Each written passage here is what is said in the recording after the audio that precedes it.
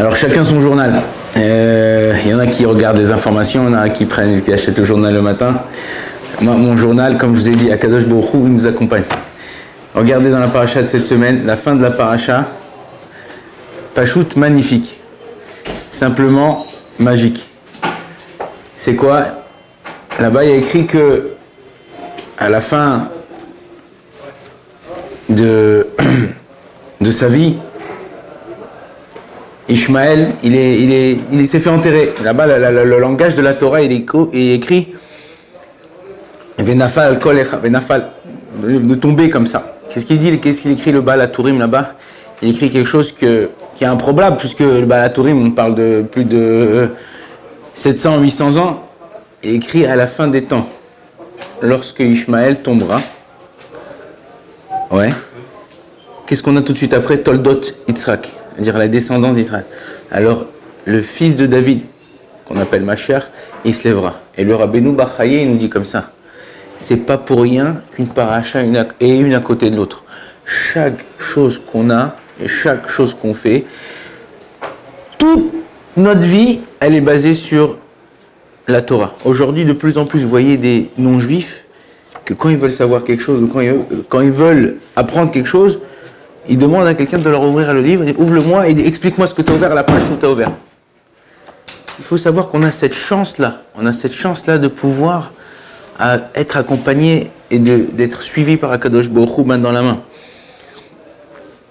Vous savez, dans une voiture, c'est quoi le plus important? C'est-à-dire le plus important au niveau visuel. On a un grand pare-brise, mais on a un petit rétroviseur. Pourquoi? Ça nous apprend quelque chose dans la vie. C'est vrai qu'il nous est arrivé des galères, des choses dures et difficiles. Mais le Ham Israël, il s'est uni de ça. Nous, quand tu regardes dans la vie, tu regardes devant. Le pare-brise, il est grand.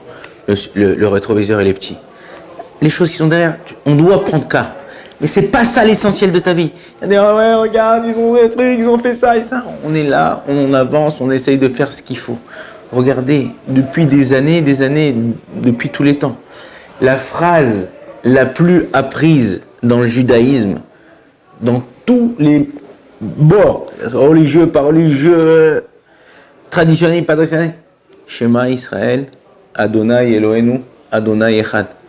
Il faut savoir que là, quand ils sont rentrés dans les chouvim, même maintenant, des fois, il y a des gens, ils ne croient pas que c'est la police, ils ne croient pas que c'est l'armée.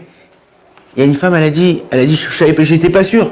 Je lui ai dit, ok, je vais te dire quelque chose, on va voir si vraiment t'es l'armée. Je vais te dire quelque chose, tu continues. Il lui a dit, Shema Israël. Il lui a dit, Hashem Elokeinu, Hashem Echad.